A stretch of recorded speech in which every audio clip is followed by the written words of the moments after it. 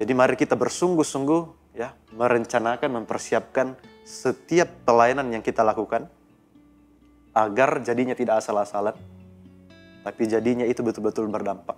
Jadi kadang kita hanya fokus mengagumi keteladanan seseorang dan kita lupa untuk meneladani mereka. Sifat kita manusia itu bisa diturunkan oleh orang tua kepada anaknya. Nah, bisa terjadi secara alamiah karena gen atau karena hal-hal yang dilihat langsung atau diteladankan oleh orang tua kepada anaknya.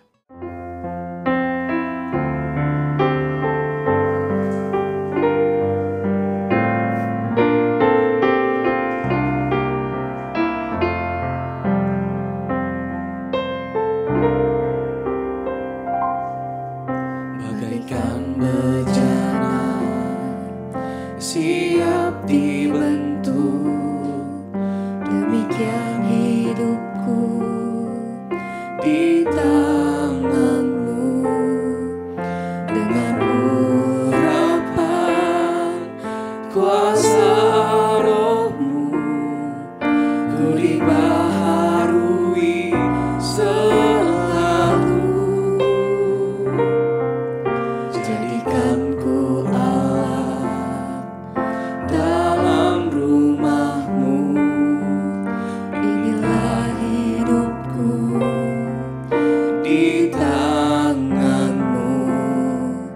Bentuklah surut kehendakmu, pakailah sesuai rencanamu.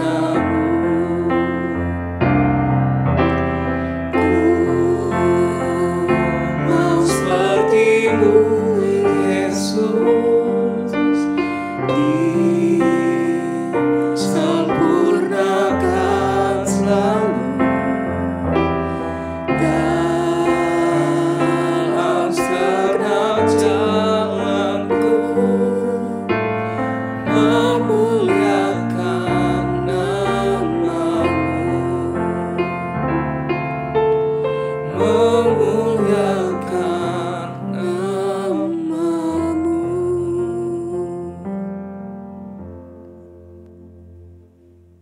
Shalom, selamat pagi sahabat Morning Grace. Kita berjumpa kembali untuk bersama-sama merenungkan firman Tuhan. Kiranya kita semua sama-sama dalam keadaan sehat.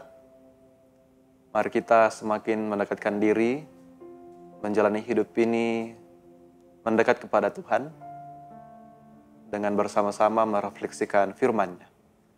Mari kita mohon tuntunan Roh Kudus, kita berdoa. Kami percaya Bapa di sorga, perjumpaan kami anak-anak Tuhan melalui Morning Grace ini adalah cara Tuhan untuk semakin mempersatukan kami, untuk semakin mendekatkan kami kepada Tuhan sendiri.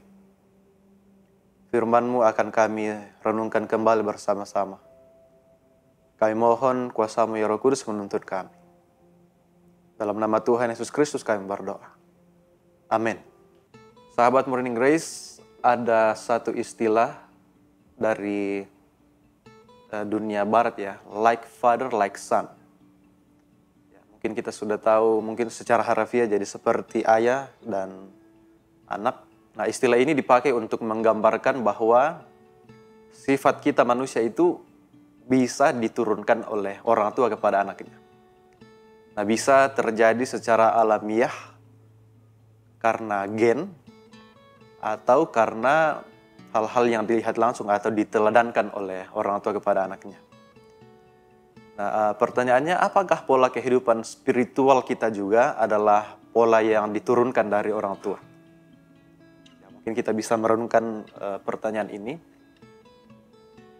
Kalau saya sendiri mau menjawab, saya juga bisa mengatakan ya, amin.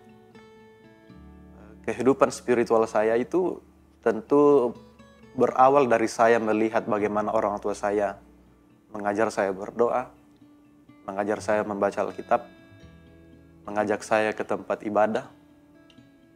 Tentu itu modal awal. Saya percaya itu juga dirasakan oleh teman-teman saya di sini ya. Jadi banyak kita orang Kristen yang memang mewarisi kehidupan iman orang tua kita atau orang-orang terdahulu.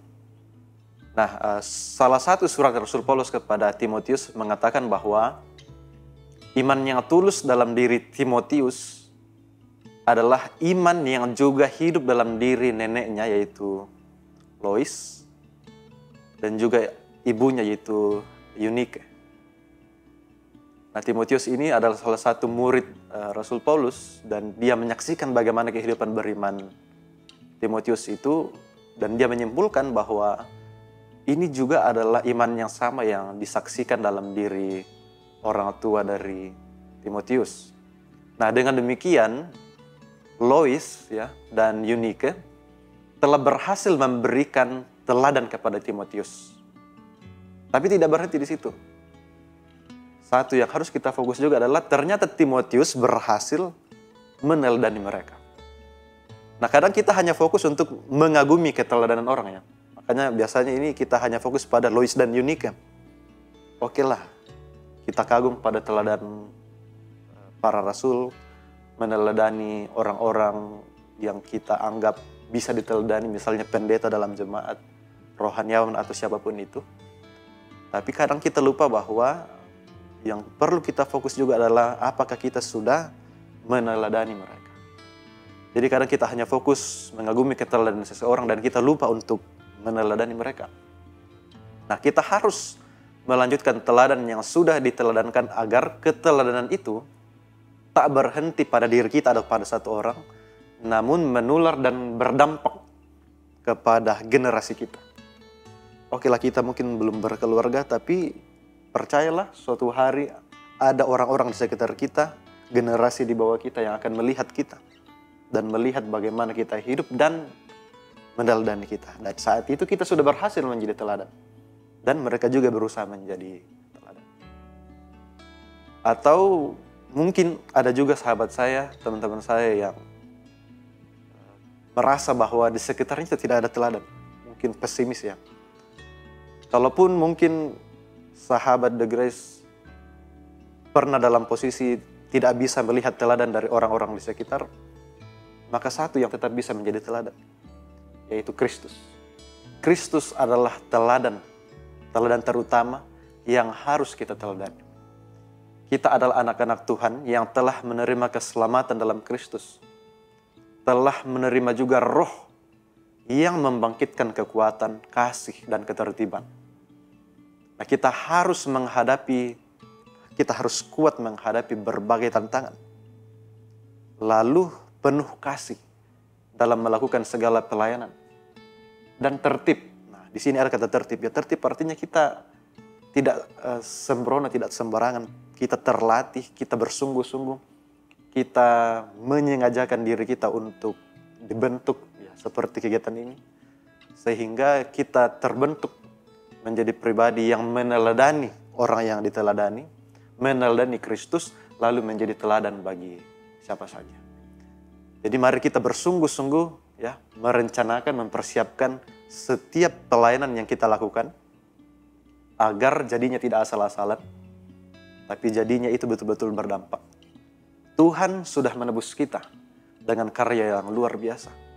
Mari kita melatih diri untuk semakin tertib, penuh kasih, menjadi bejananya Tuhan, dibentuk menjadi teladan bagi sesama. Amin, firman Tuhan. Mari kita mohon kuasa Roh Kudus untuk semakin menghidupi firman Tuhan ini. Kita berdoa. Ya Roh Kudus, kami percaya Engkau adalah Roh yang memberi kami kekuatan, menyatakan kasih dalam diri kami, membentuk kami menjadi pribadi-pribadi yang tertib, menjadi teladan, dan mau meneladani, tidak sekedar mengagumi setiap teladan dalam hidup kami. Kiranya dengan kuasa-Mu ya Roh Kudus, kami semakin dibentuk seperti bejananya Tuhan, sesuai dan seturut dengan keinginan Tuhan, menjadi teladan Kristus bagi siapapun. Tolong kami ya Roh Kudus, dalam nama Tuhan Yesus Kristus kami berdoa. Amin.